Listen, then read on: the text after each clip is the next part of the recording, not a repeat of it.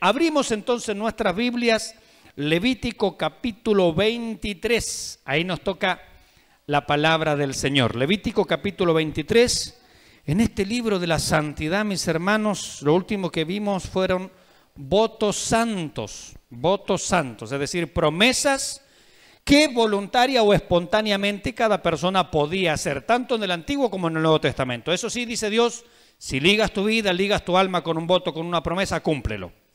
Dice, si no prometes nada, no hay pecado, no hay problema. Dios no está interesado en que uno se comprometa, bueno, voy a dar mi casa, voy a dar el auto, No.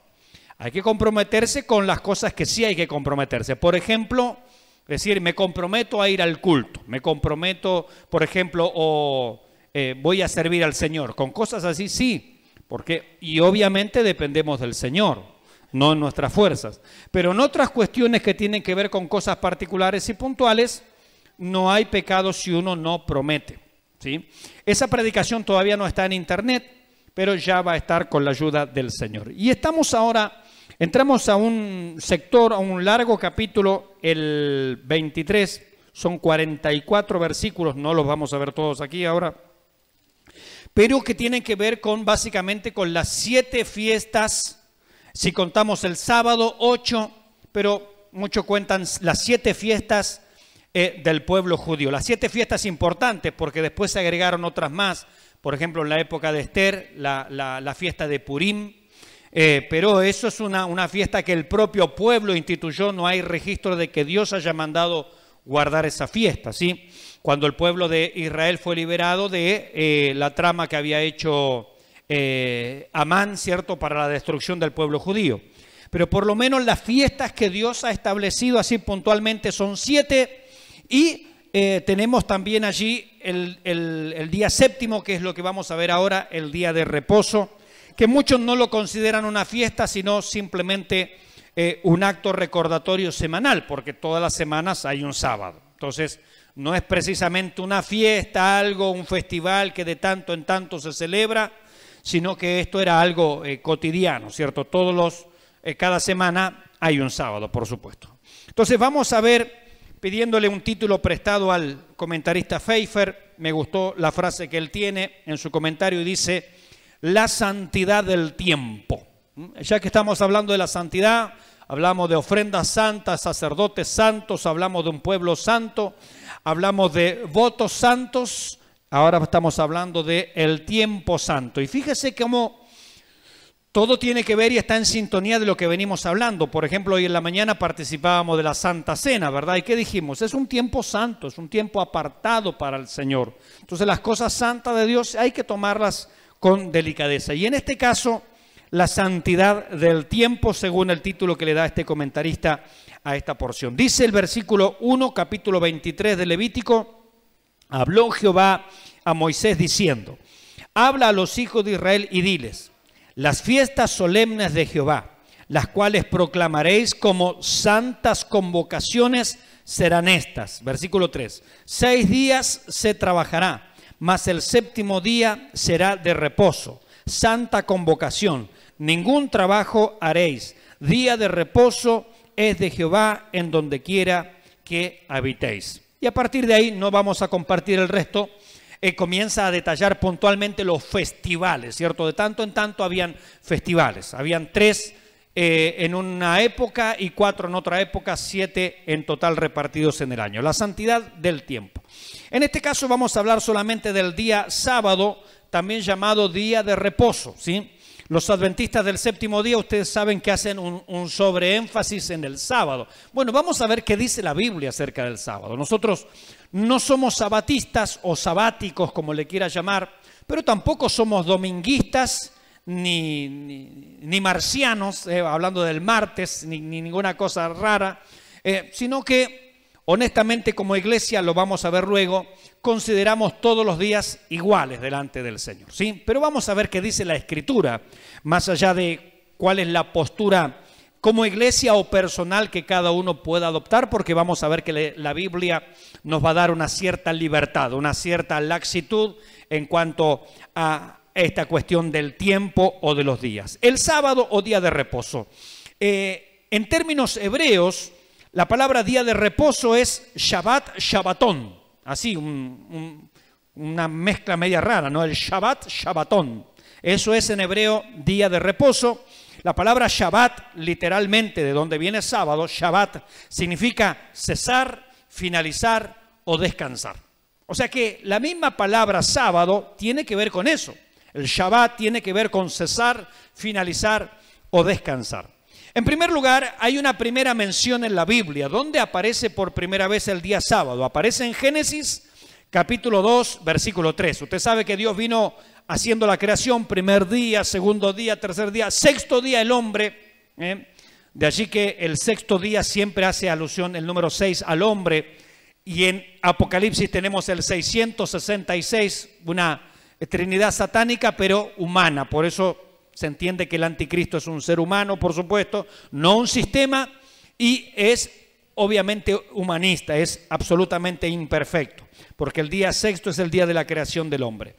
La primera mención, decíamos, Génesis capítulo 2, versículo 3, dice: y bendijo Dios al día séptimo, el Shabbat, sí, el día sábado, y lo santificó. ¿Se acuerdan lo que significa la palabra santificar? Que es apartar, consagrar, dedicar, poner aparte, ¿sí? Entonces la palabra santificar es eso. ¿Usted ha sido santificado? Amén. Cada creyente ha sido santificado, apartado, separado. ¿De dónde? Del mundo para el Señor, ¿sí? Para las cosas santas. Así es que, ¿son santos los que están aquí presentes? Amén, somos santos porque hemos sido apartados.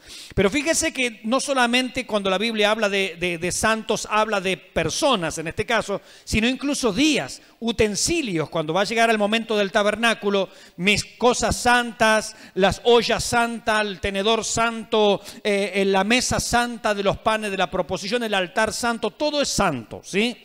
Todo es santo. Y ya vimos también que las ofrendas son santas. Entonces todo lo que tiene que ver con Dios es algo santo. Por eso hay que tratarlo con el honor, con la dignidad y el cuidado que se merece, ¿no? Entonces la primera mención, Génesis 2.3, dice: y bendijo Dios al día séptimo, al Shabbat, y lo santificó, es decir, lo separó, lo puso aparte.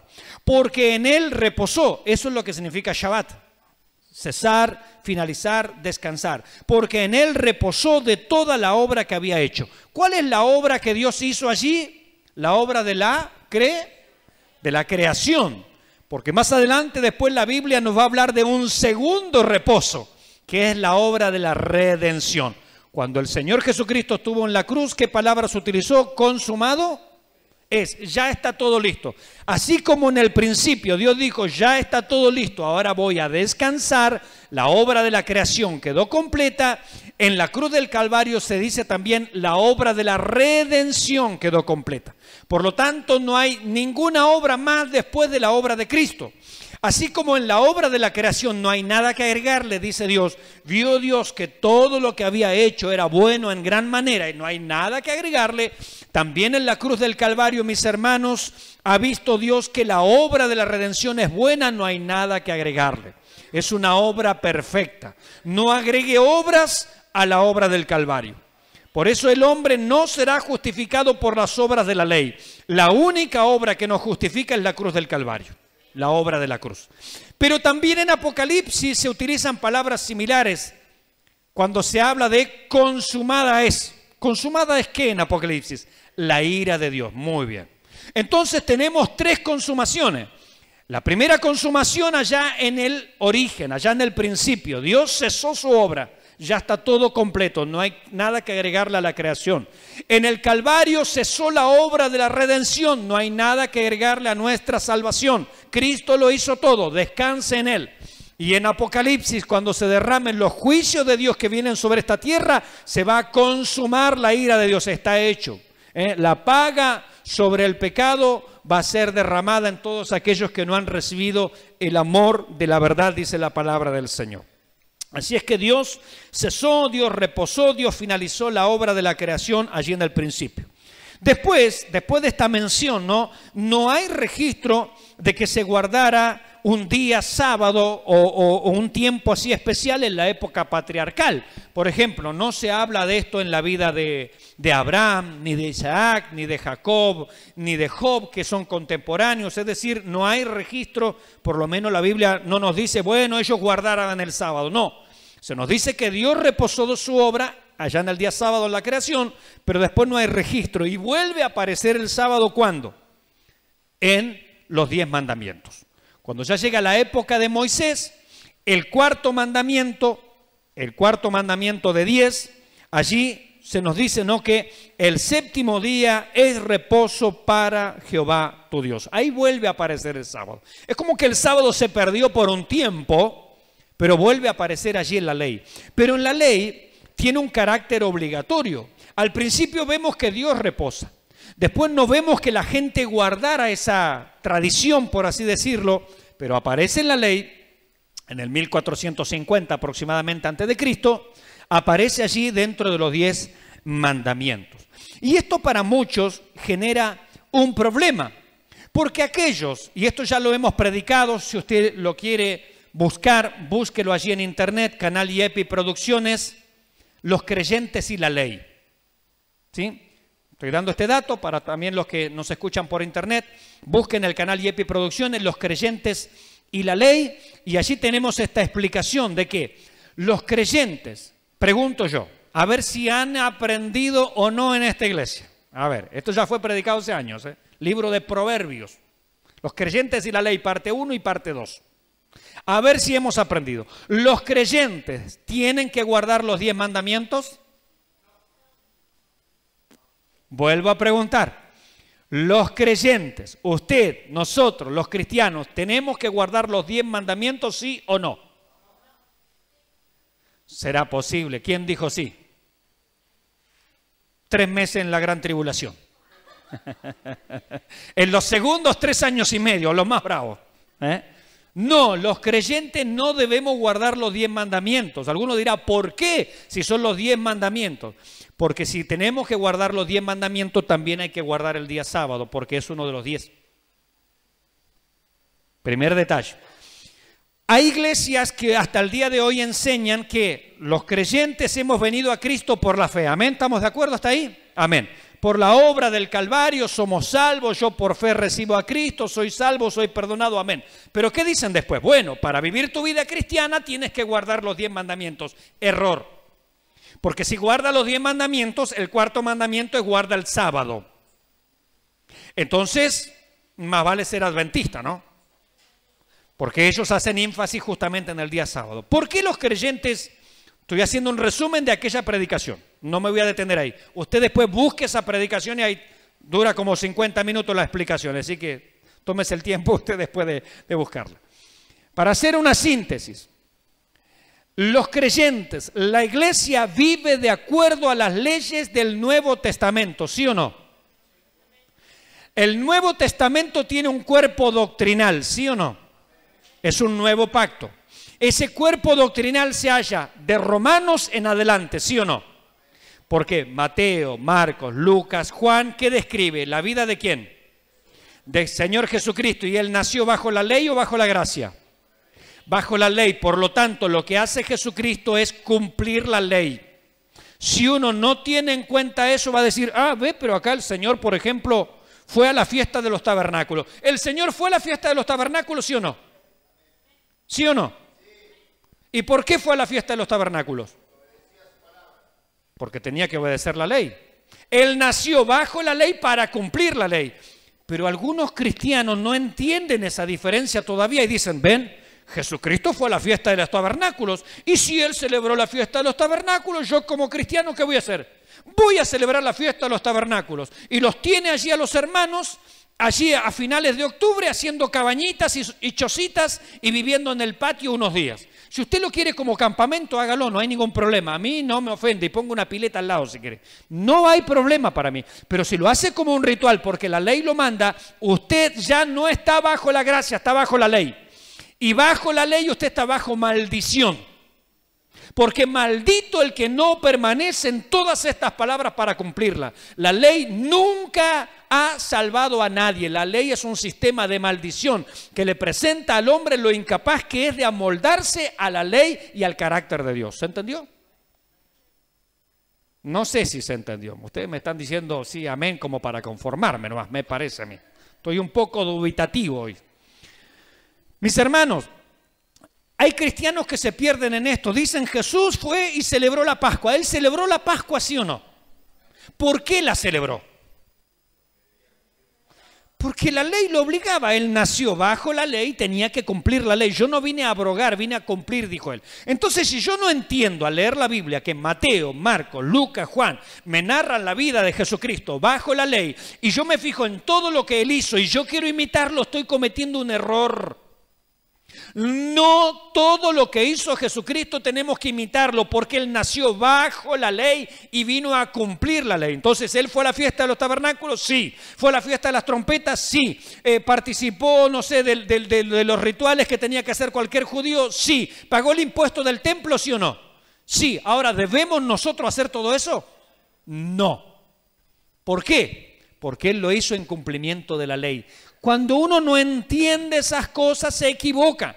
Por eso estamos diciendo que la vida de la iglesia, la vida en la gracia, anótelo por favor allí en un rinconcito, en donde usted más conserve y atesore. La vida cristiana, la vida de la iglesia, la vida en la gracia tiene una serie de leyes. Así como en el Antiguo Testamento hay leyes para el pueblo, ¿cuál? Para los chilenos. Para los Watusi, ¿para quién es el Antiguo Testamento? ¿Para quiénes son las leyes? Para la nación de Israel. ¿Nosotros somos la nación de Israel? No somos la nación de Israel, somos la iglesia. Entonces, los mandamientos que hay en el Antiguo Testamento, 613 para ser más precisos, son para la nación de Israel. Ni siquiera eran para todo el mundo, eran para la nación de Israel. ¿Sí? Tenemos un nuevo pacto. Un nuevo contrato, la gracia. ¿Esta gracia tiene leyes? Sí. ¿Son las mismas del Antiguo? No necesariamente. Entonces, cuando venimos al Nuevo Testamento, a partir de Romanos, que tenemos toda la serie de enseñanza doctrinal para la iglesia, los mandamientos que usted encuentre allí, de Romanos en adelante, son los mandamientos que la iglesia va a cumplir. ¿Se entiende la diferencia? Esos son los mandamientos que la iglesia va a cumplir. De Romanos para adelante, por ejemplo, está escrito que no matarás, por eso no matamos. Que tenemos que adorar solamente a un solo Dios, por eso adoramos solo un solo Dios. Dice, por ejemplo, exactamente, la carta a los Efesios, que debemos honrar a tu padre y a tu madre, que es el primer mandamiento con promesa para que te vaya bien. Entonces, guardamos eso. De los 10 mandamientos, ¿cuál es el único que no está mandado para la iglesia? El del sábado, por eso no lo guardamos. ¿Se entiende la diferencia? Pero si usted no entiende esa diferencia, es como que usted diga, ¿quién alquila aquí? ¿Quién arrienda? ¿Quién alquila? Acá mi hermana. ¿Quién más alquila? Allá, alquila. Muy bien. Vamos a suponer que ustedes firmaron el primer contrato hace 20 años. Bueno, mi hermana Estefanía no. Pero allá, mis hermanos santos de Dios, ahí está. Hace 20 años firmaron el primer contrato. En el primer contrato ustedes tenían que pintar la casa, tenían que cambiar las cortinas, tenían que poner el piso nuevo todos los años, tenían que hacer la cañería nueva todos los años, y llegaban a fin de año y ustedes ¿cómo estaban?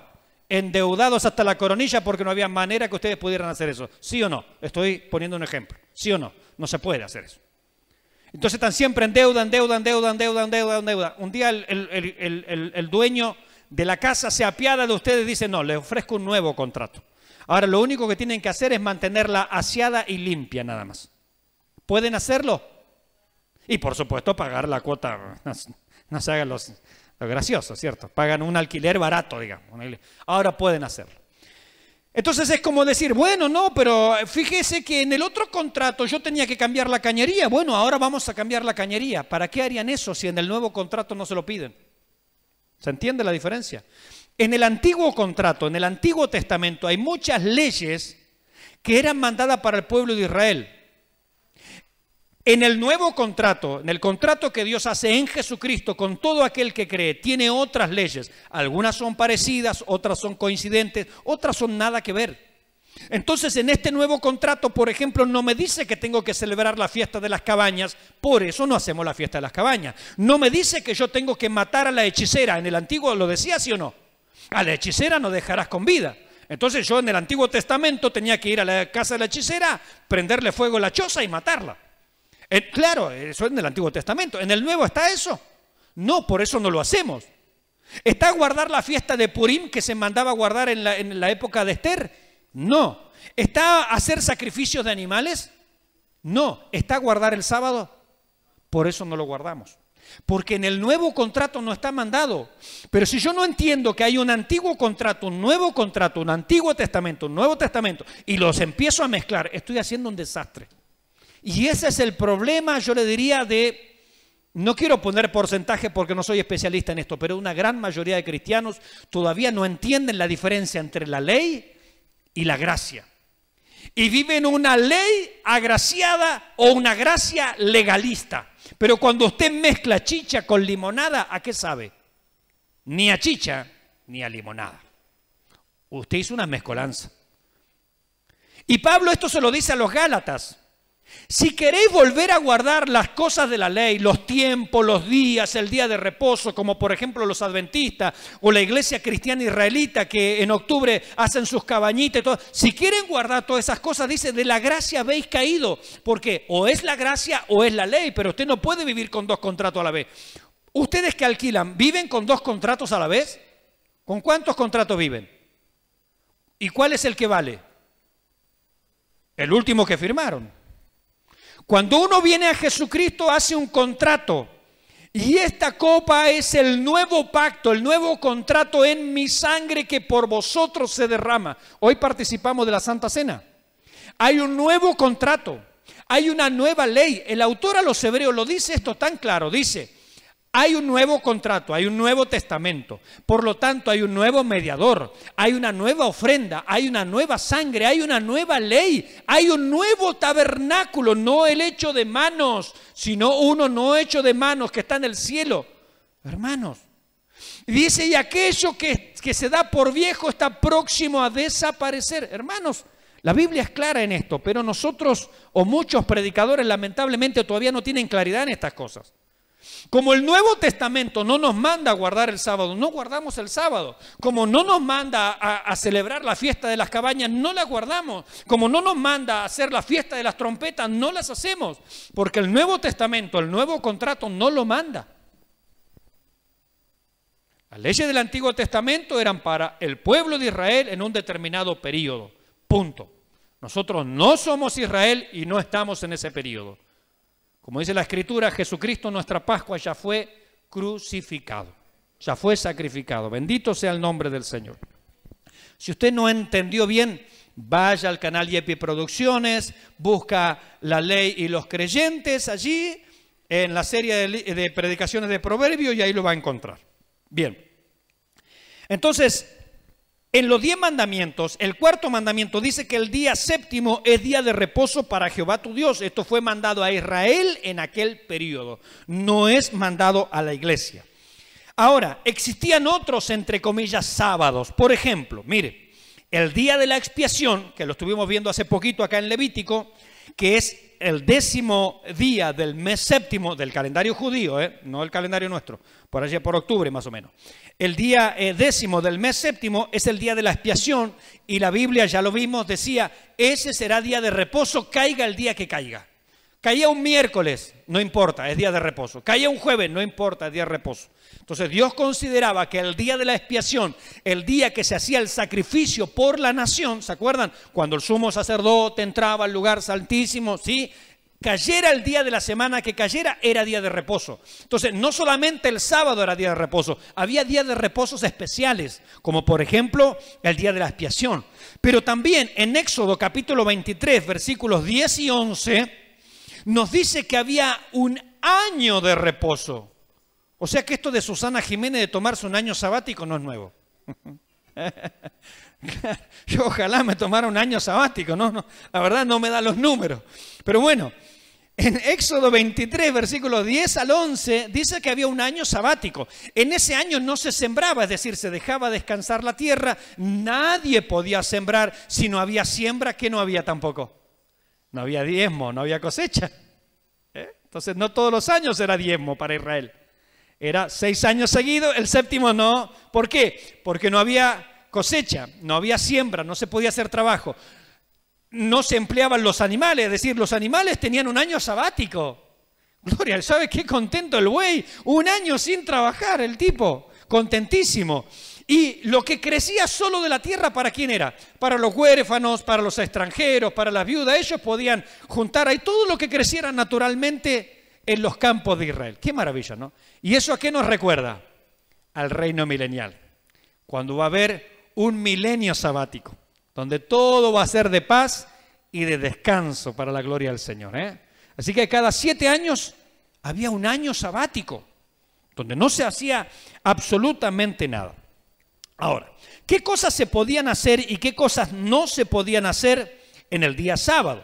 Porque, bueno, usted sabe que en la época del Señor los fariseos le ponían cualquier cosa, cualquier minucia que hacía, no sé, parpadear 10 veces seguido, no, ya eso es pecado porque estás trabajando mucho con los ojos. No sé, cualquier ridiculez los fariseos llevaron a un extremo, ¿no?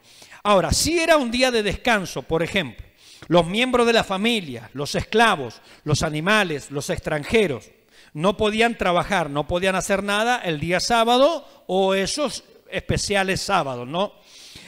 No se encendía el fuego, porque usted sabe que encender el fuego lleva mucho trabajo, hay que transpirarla mucho, no como ahora con un encendedor listo, un magiclic. No se encendía el fuego, ni se acarraba leña, ni ninguna obra cotidiana. Es decir, las tareas normales de la casa no se hacían el sábado, es decir, no se podían hacer obras cotidianas. Eso es lo que no se podía hacer y en eso se basaron los fariseos. No, la prohibición de todo. Pero el día sabático mandaba cosas para hacer. Es decir, había cosas para no hacer, pero también había cosas para sí hacer. Por ejemplo, lo tomé de la traducción al lenguaje actual, la TLA. En el versículo 3, que leímos acá de Levítico 23, dice: ustedes podrán trabajar durante 6 días, pero el séptimo día será de descanso obligatorio. Donde quiera que ustedes vivan, dejarán de trabajar en ese día. Escuche. Y celebrarán un culto en mi honor. No se podía hacer la obra cotidiana, pero sí se debía celebrar culto al Señor. Por eso en nuestra versión que tenemos aquí dice: 6 días se trabajará, mas el séptimo día será de reposo, es decir, de las obras cotidianas. No es que no se podía hacer nada, no se podía hacer lo que normalmente se hacía, por ejemplo, trabajar. Dice, santa convocación, ahí está, el culto, santa convocación, ningún trabajo haréis, día de reposo es de Jehová en donde quiera que habitéis. Entonces, no se podía hacer la obra cotidiana, pero sí se debía hacer la obra piadosa, la obra de congregarse, la obra de servir al Señor. Estamos hablando del sábado para el pueblo de Israel.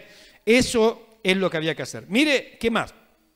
Isaías capítulo 58, para quien está anotando, Isaías 58, versículo 13 dice: si retrajeres del día de reposo tu pie, de hacer tu voluntad en mi día santo, y lo llamares delicia, santo, glorioso de Jehová, y lo venerares, no andando en tus propios caminos, ni buscando tu voluntad, ni hablando tus propias palabras, entonces te deleitarás en Jehová.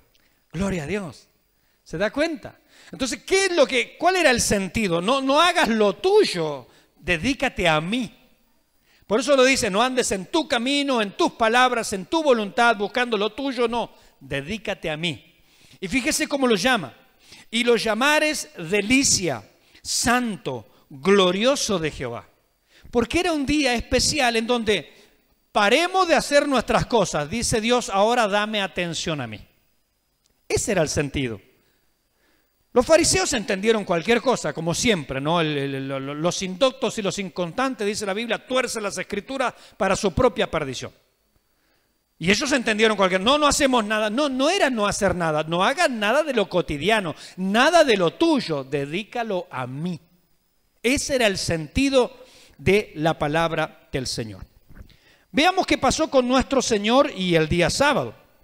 Mateo, vamos a leerlo, Mateo capítulo 12, porque es un pasaje interesante. Acompáñenme un segundito allí en Mateo. Capítulo 12, como siempre el Señor ahí, o mejor dicho, los fariseos no importunando al Señor. Mateo capítulo 12, versículos 1 al 8, nos habla de un episodio que tiene que ver ahí con el sábado. Dice, en aquel tiempo iba Jesús por los sembrados en un día de reposo. ¿En qué día? Un Shabbat Shabbaot. Un día de reposo. Un Shabbat Shabbatón, perdón, no Shabbaot. Un Shabbat Shabbatón. En un día de reposo. Dice, y sus discípulos tuvieron hambre. ¿Qué tenían los discípulos? Hambre. Bueno, está bien. ¿Se puede tener hambre un sábado, sí o no? Sí. El hambre viene en cualquier momento. Tuvieron hambre.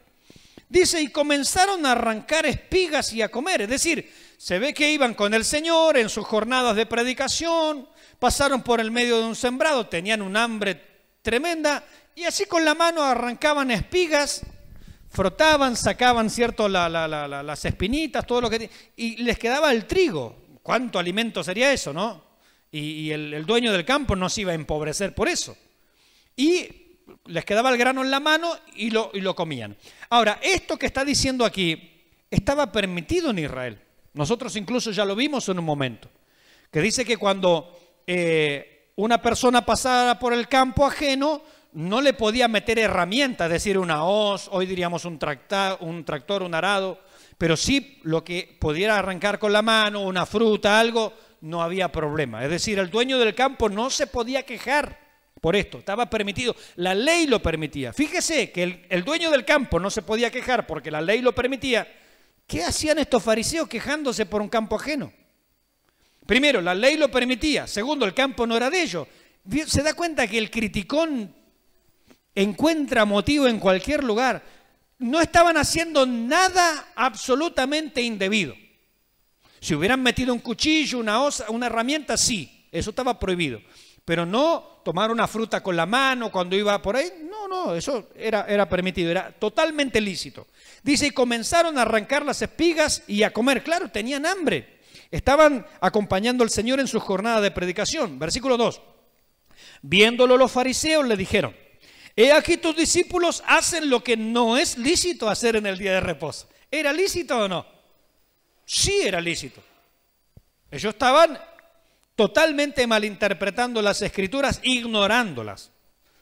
Versículo 3, pero él les dijo, ¿no habéis leído lo que hizo David cuando él y los que con él estaban tuvieron hambre?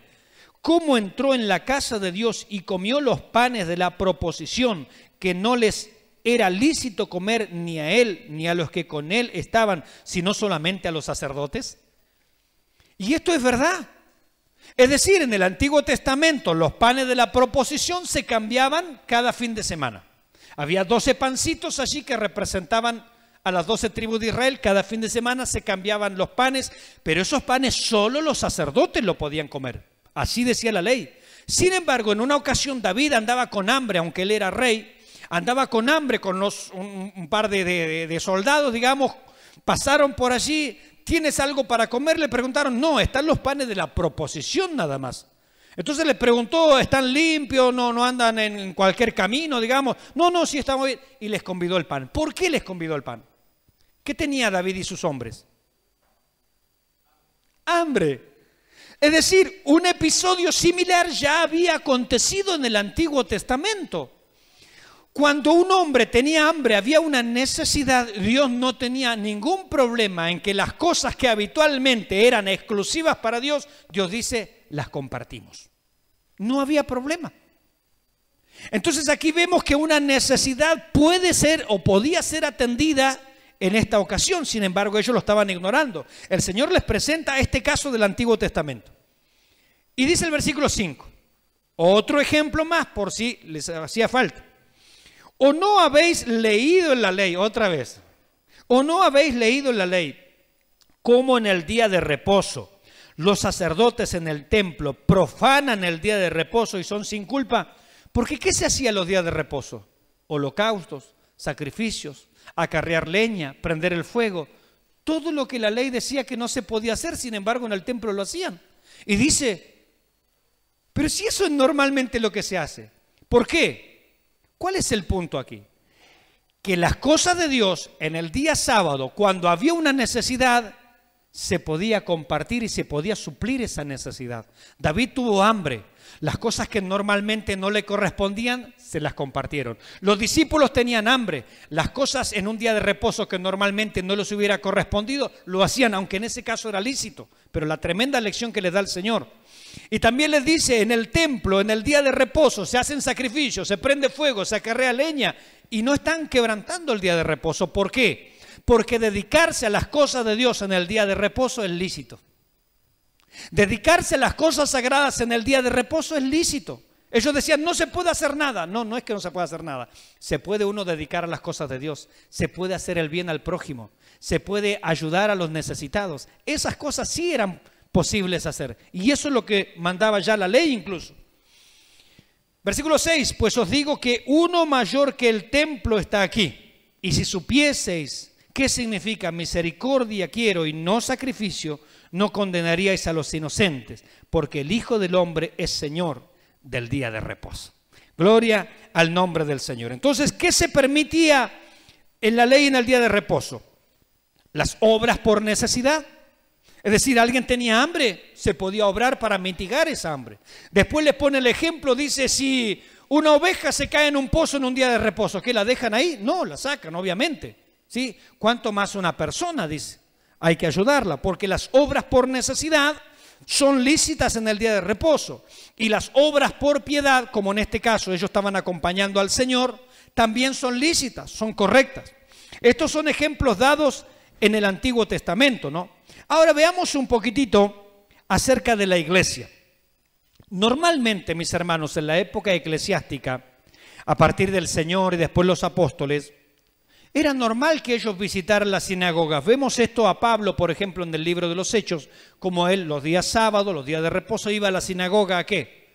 Iba a compartir la palabra, iba a participar de la lectura, iba a participar del culto. Bien, esto lo hacía Pablo, ningún problema. Ahora, hubo un momento, como la iglesia al principio estaba conformada mayoritariamente por judíos, hubieron algunos allí que empezaron a querer obligar a la gente, obligar a los creyentes. Tienen que guardar la ley de Moisés. Y ahí Pablo puso el grito en el cielo. Porque es verdad que Pablo iba a la sinagoga los sábados, sí, pero él lo iba con el fin de predicar. Él iba con el fin de evangelizar, ¿sí o no? Esto es lo que vemos en el libro de los Hechos. Él iba con el fin evangelístico, iba con el fin de anunciar el reino de Dios. A eso iba Pablo. Pero otros no entendieron esto y se pusieron legalistas. ¿Y qué dijeron? Hay que obligar a todos los creyentes que se convierten a que tienen que guardar la ley de Moisés. Y ahí Pablo dijo, no, de ninguna manera. Y ahí vino el primer concilio de Jerusalén, Hechos capítulo 15, donde se trató, por ejemplo, este asunto. En Hechos 15, el concilio de Jerusalén, y allí el punto fue, ¿deben los cristianos guardar la ley, sí o no? ¿Cuál fue el resultado del primer concilio de la iglesia? ¿Deben los cristianos guardar la ley? No. ¿Se da cuenta? Desde el primer concilio, la primera reunión eclesiástica que se hizo, trató este tema. Los creyentes no deben guardar la ley. Y es lo que hoy, en el 2020, estamos diciendo. ¿Es clara la Biblia o no? A ver, primera reunión, primer congreso de líderes, podríamos decir, en la historia de la iglesia que acaba de nacer. ¿Cuál fue el tema a tratar? ¿Hay que guardar la ley, sí o no? Esa fue la primera pregunta. ¿Por qué algunos todavía insisten con que hay que guardar la ley? Pero si fue el primer asunto tratado por la iglesia en su historia. Hechos 15, anótelo por favor. La primera cuestión fue, ¿los cristianos deben guardar la ley? La respuesta es no. Y se mandaron cartas, que no se inquiete, que no se estorbe, que no se moleste a los hermanos. No hay que guardar la ley. Nadie puede ser salvo por guardar la ley. Somos salvos solamente por la obra de la cruz del Calvario, la obra del sacrificio del Señor. Así que cuando se trató el tema de la obligatoriedad de guardar la ley, y eso incluía el sábado, el cuarto mandamiento, Pablo dijo, no, de ninguna manera. Los creyentes no están mandados a guardar la ley. ¿Y qué tenemos que hacer nosotros? Bueno, Pablo va a decir, no estamos bajo la ley, sino bajo ¿qué? Es otro pacto, ¿se da cuenta? Es otro contrato. Tiene otras leyes, tiene otros mandamientos. Acompáñenme a Romanos capítulo 14. Ya estamos cerca del final. Hemos predicado en otras ocasiones acerca del día sábado. Tenemos la serie de los 10 mandamientos. Creo que no está subida a internet la serie de los 10 mandamientos. Me parece que no. Así que vamos a buscar subirla en algún momento. Romanos capítulo 14. Romanos capítulo 14. Mire lo que dice. Recibid al débil en la fe, pero no para contender sobre opiniones. Escuche. Porque uno cree que se ha de comer de todo.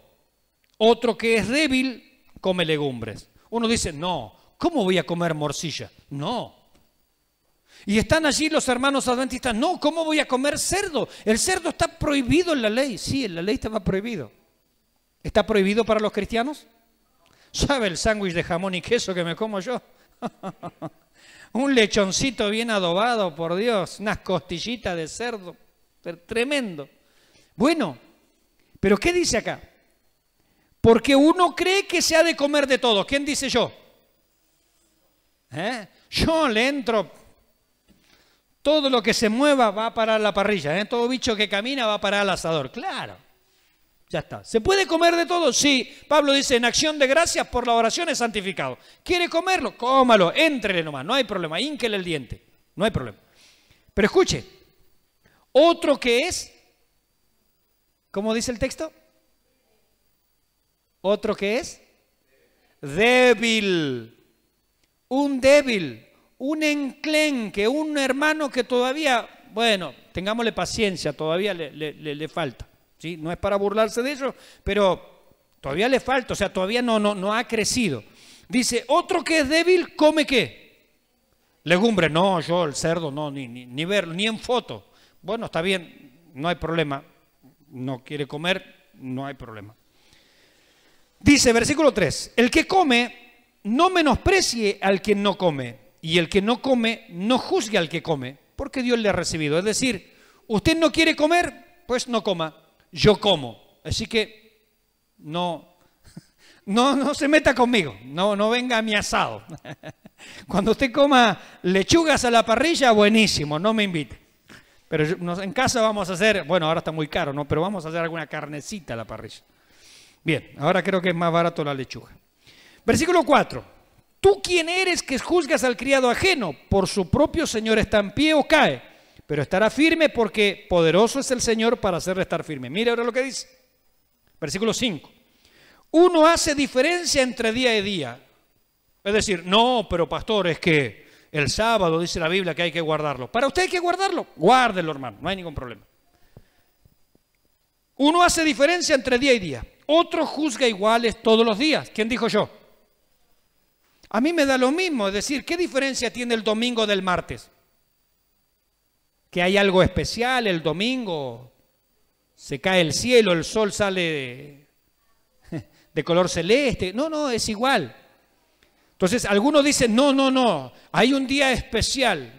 Y ahí están los que tienen el tinte sabático. No, es el sábado, es el día ideal. El sábado es el día... Bueno, para ustedes es especial, listo, dele, no hay ningún problema. Para mí me da lo mismo. Nos reunimos sábado, nos reunimos domingo, nos reunimos el martes, nos reunimos el jueves. Y si lo cambiamos a un miércoles, ¿qué pasa? Da lo mismo. Y si en vez de martes y jueves hacemos miércoles y viernes, ¿qué pasa? No pasa, ¿se da cuenta? No pasa nada, da lo mismo. Entonces juzgamos todos los días iguales, pero hay gente que, no, es que el sábado tiene que ser sí o sí el sábado. Ahora mire lo que dice Pablo. Cada uno esté plenamente convencido en su propia mente, acá.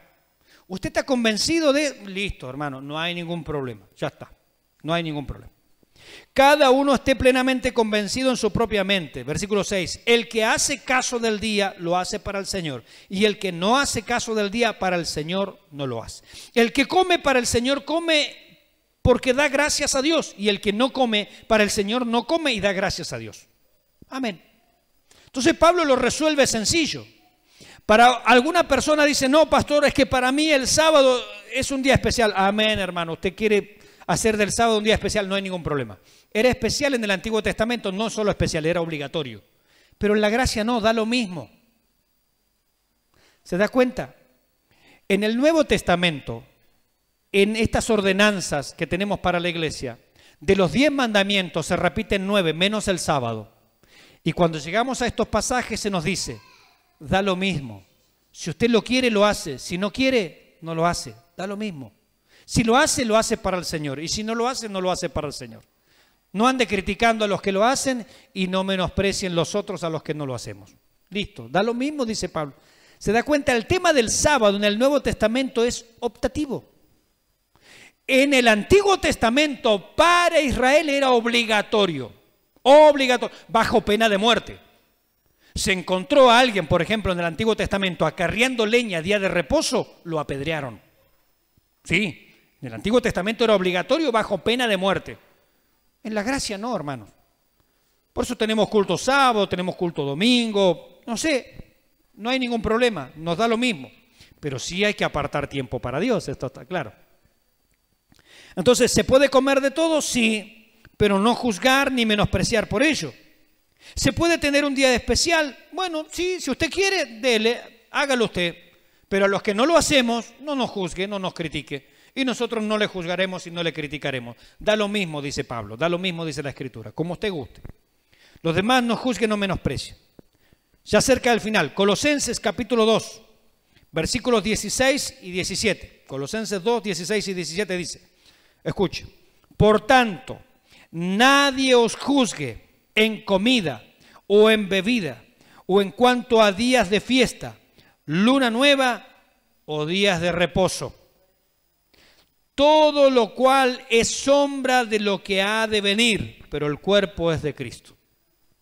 Eso es una sombra, es una figura nada más, es una parábola de lo que ha de venir. ¿Qué significa el sábado? Dos cosas. Finalizamos. Hebreos capítulo 4, versículo 3 dice, pero los que hemos creído entramos en el reposo. Primero, el sábado. Colosenses 2, 16, 17 dice que estas son sombras, es decir, son parábolas, son metáforas, están indicando algo. ¿Qué indica el sábado? ¿Qué indica? En primer lugar, que los que creemos en Jesucristo entramos en el reposo, es decir, descansamos en el Señor. Hebreos 4, 3. Pero también quiere decir el descanso que viene para todo el mundo, el reino milenial. Así como en el Antiguo Testamento había un año sabático, en el futuro viene un milenio sabático. ¿Se entiende? Entonces hoy espiritualmente los que hemos creído en Cristo vivimos en un sábado permanente, ¿sí o no? Dice, pero los que hemos creído, está hablando de Jesucristo, entramos en el reposo, es decir, yo estoy descansando, confío en Él. Yo no obro para ser salvo, descanso porque Él me ha salvado.